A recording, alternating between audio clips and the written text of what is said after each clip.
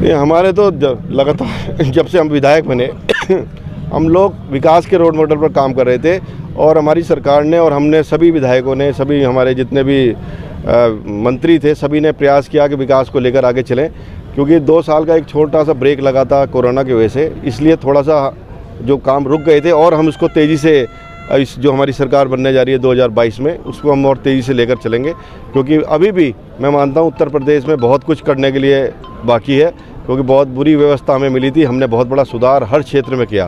तो एक बार फिर जनता का आशीर्वाद हमें मिलने जा रहा है और हम और ताकत से और मजबूती से विकास का काम करेंगे। बेरोज़गारी और महंगाई का जहाँ तक सवाल है, ये सारा का सारा जो हमारे विपक्ष के लोग हैं उनको और कोई बोलने का कहीं मौका नहीं है।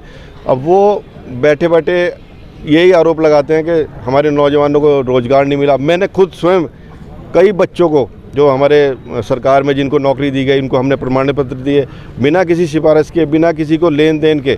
हमारे बच्चे वो किसी भी समाज के हो, किसी भी धर्म को, अगर वो पात्र थे, अगर वो कंपटीशन में कम्पीट करके आए थे, तो उनको हमारी सरकार ने उनको नौकरी देने का काम किया। और ऐसे कई युवाएँ हैं जिनको हमारी सरकार ने बहुत सारी योजनाएं जो हमारी सरकार की, उनके माध्यम से उनको खड़ा करने के लिए लोन देने का काम किया, उनको बिज़नेस में आगे बढ़ाने का काम किया। तो मैं आपके चैनल से बताना चाहता हूं कि अब हमारे विपक्ष के पास कोई मुद्दा नहीं है, तो वो बेरोज़गारी का और महंगाई का मुद्दा उठाकर खड़े हो जाते हैं। तो मेरा आपसे यही निवेदन है कि हमारी सरकार जो है हर मोर्चे पर, महंगाई से लेकर बेरोज़गारी तक, हर जगह हम लोग सफल रहे हैं, लेकिन कुछ लोग नहीं चाहते कि हमारी सरकार जो है कामयाब हो, उसके लिए वो ऐसे प्रोपेगेंडा का इस्तेमाल करते हैं।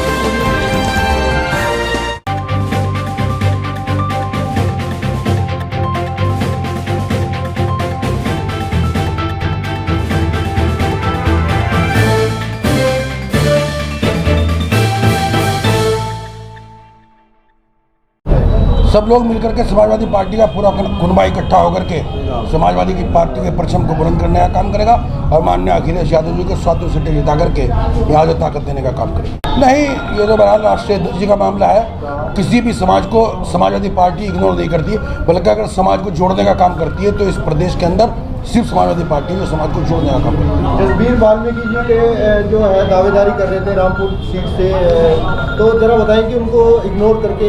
देखिए, दावेदार बहुत होते हैं। अब ये पार्टी निर्णय लेती है कि किसको उस जगह पर लड़ाया जाए, तो लिहाजा बहुत, एक जसबीर भाई ही नहीं, बहुत से साथी रह गए जिनको टिकट नहीं मिला, टिकट एक को मिलता है हमेशा। पहले चौधरी रुद्र सेन जी थे, उनके कार्यकाल में जो उन्होंने काम किया है, तो आप बताएं कि आप किस तरीके से कुछ नया क्या करेंगे? नया मैं सबसे बड़ा काम तो है कि साथियों को जोड़ करके इस इलेक्शन में सिर्फ विजय की पताका किस तरह लहरानी है, इस पर सबको हमें विचार करके चलना। तब क्या साथी जुड़े नहीं थे रुद्र सेन जी के? नहीं, सब जुड़े थे। रुद्र सेन जी ने बहुत शानदार काम किया, मैं भी उसी चीज़ को आगे बढ़ाऊंगा।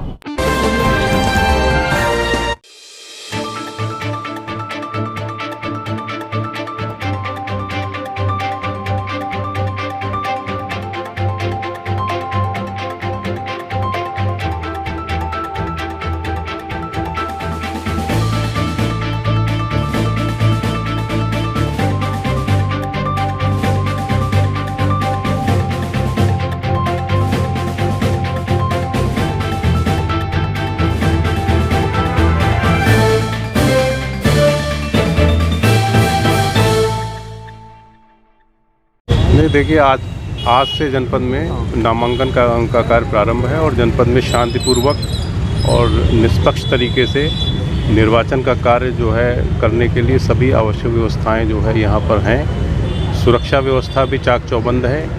नामांकन की प्रक्रिया के संबंध में सभी पॉलिटिकल पार्टीज़ को पहले से ही बता दिया गया है और सभी पॉलिटिकल पार्टीज़ ने ये आश्वस्त किया है कि वो जो भी व्यवस्था है भारत निर्वाचन आयोग के जो भी निर्देश हैं उसका सभी लोग पालन करेंगे और यहाँ ऐसी कोई दिक्कत या समस्या नहीं है। तो कोविड को लेकर क्या कुछ? नहीं, कोविड को लेकर जैसा कि मैंने कल भी कहा था कि वैक्सीनेशन जो है ज़्यादा से ज़्यादा लोग कराएं और कहीं ना कहीं वैक्सीनेशन कोरोना के संक्रमण को रोकने में बहुत ही कारगर है और इस संबंध में लोगों का सहयोग भी हम लोगों को प्राप्त हो रहा है लगातार।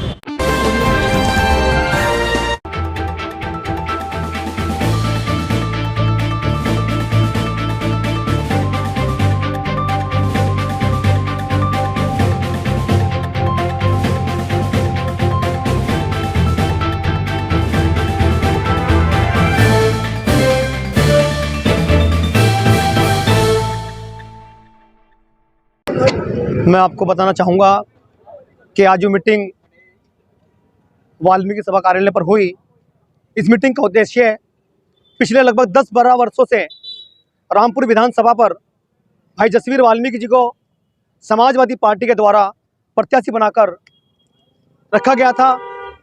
लेकिन बड़े अफसोस की बात है कि जसवीर जी के साथ साथ पूरे वाल्मीकि समाज को आज हाशिए पर आना पड़ा।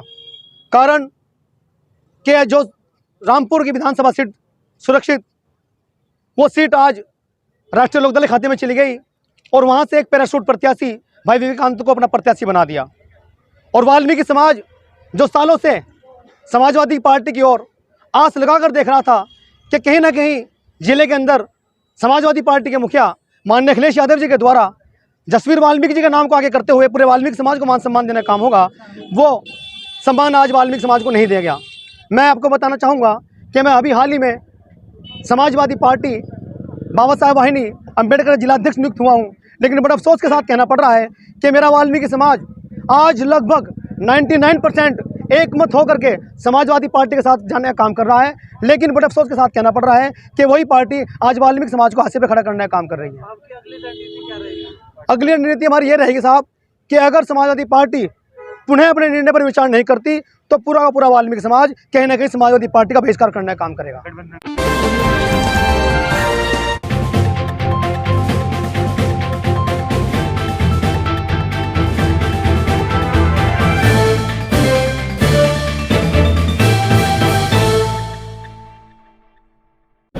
चौधरी अशोक कुमार, भारतीय किसान यूनियन, जनपद सहारनपुर। आज के विषय में आज हमारी एक तो मासिक बैठक हो हर महीने की 21 तारीख में।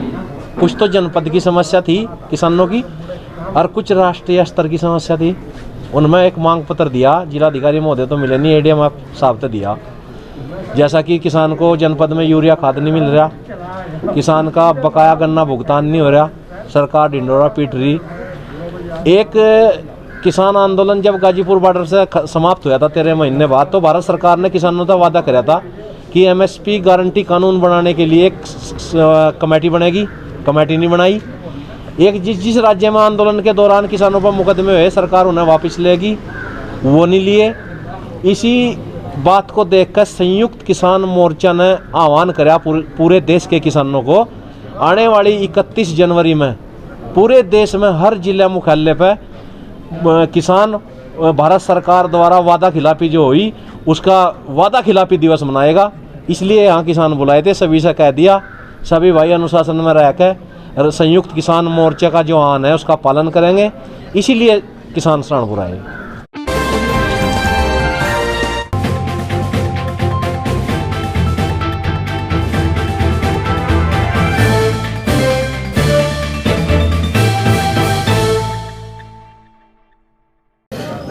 देखिए, 2017 से 22 तक माननीय मुख्यमंत्री योगी आदित्यनाथ जी के नेतृत्व में उत्तर प्रदेश के अंदर जो विकास की गंगा बही है, उन विकास के मुद्दों को लेकर ही हम लोग चुनाव के अंदर जाने वाले हैं। और यदि मैं बात करूं 2017 से पहले की, तो यही उत्तर प्रदेश आप सबके सामने था। ना व्यापारी सुरक्षित था, ना किसान सुरक्षित था, ना मजदूर सुरक्षित था, ना माता बहनों की इज्जत सुरक्षित थी।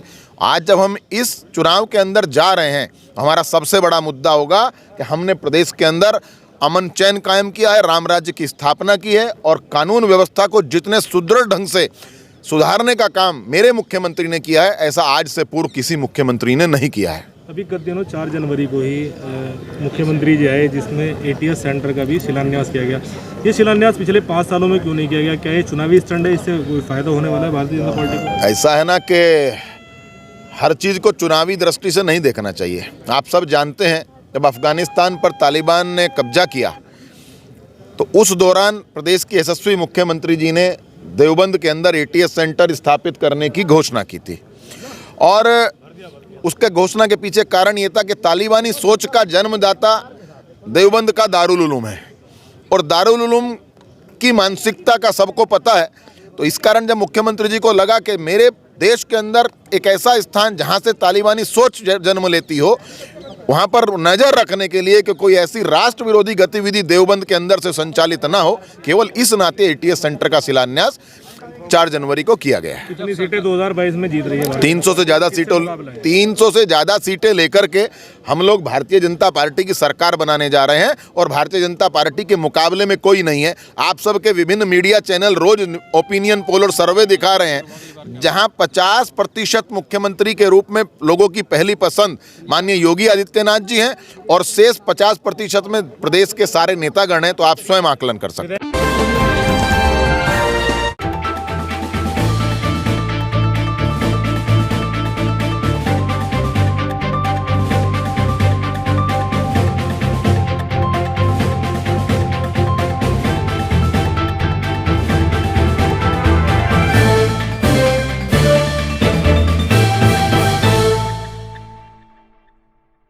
देखिए, आज से जनपद में नामांकन की प्रक्रिया प्रारंभ है और नामांकन के लिए सभी आवश्यक व्यवस्थाएं, सुरक्षा व्यवस्था यहाँ पर है और नामांकन के लिए जो भी व्यवस्था है उसके संबंध में सभी जो पॉलिटिकल पार्टीज़ हैं उनको हम लोगों ने विस्तार से अवगत कराया है और सभी ने इसमें जो है सहयोग करने का आश्वासन दिया है।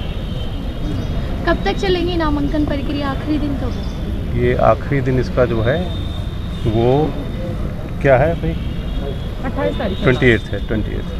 देखिए, इस प्रकार जो भी इलेक्शन कमीशन की गाइडलाइंस होती हैं और इस बार कोरोना के दृष्टिगत स्पेशल जो भी गाइडलाइंस दी गई हैं, प्रत्याशी के साथ 2 लोग केवल अंदर अलाउड हैं और 100 मीटर के बाहर जो हमारा मेन गेट है उसके बाहर से ही हम लोगों ने 3 बैरियर लगा दिए हैं 3 रोड्स पर। एक ही केवल गेट है जहाँ से एंट्री होगी और आई कार्ड लेकर और कोरोना की दृष्टिगत मास्क और ये सारी चीज़ें चेक करके हम लोगों की एंट्री कर रहे हैं। DFMDs हम लोगों ने लगा दिए हैं ताकि कोई अवांछनीय तत्व यहाँ पर प्रवेश ना कर पाए। जो भी नियम हैं उनके बारे में सभी लोगों को पहले से ही अवगत कराया जा चुका है। हम सब गाइडलाइंस जो है उसका पालन सुनिश्चित कराएंगे।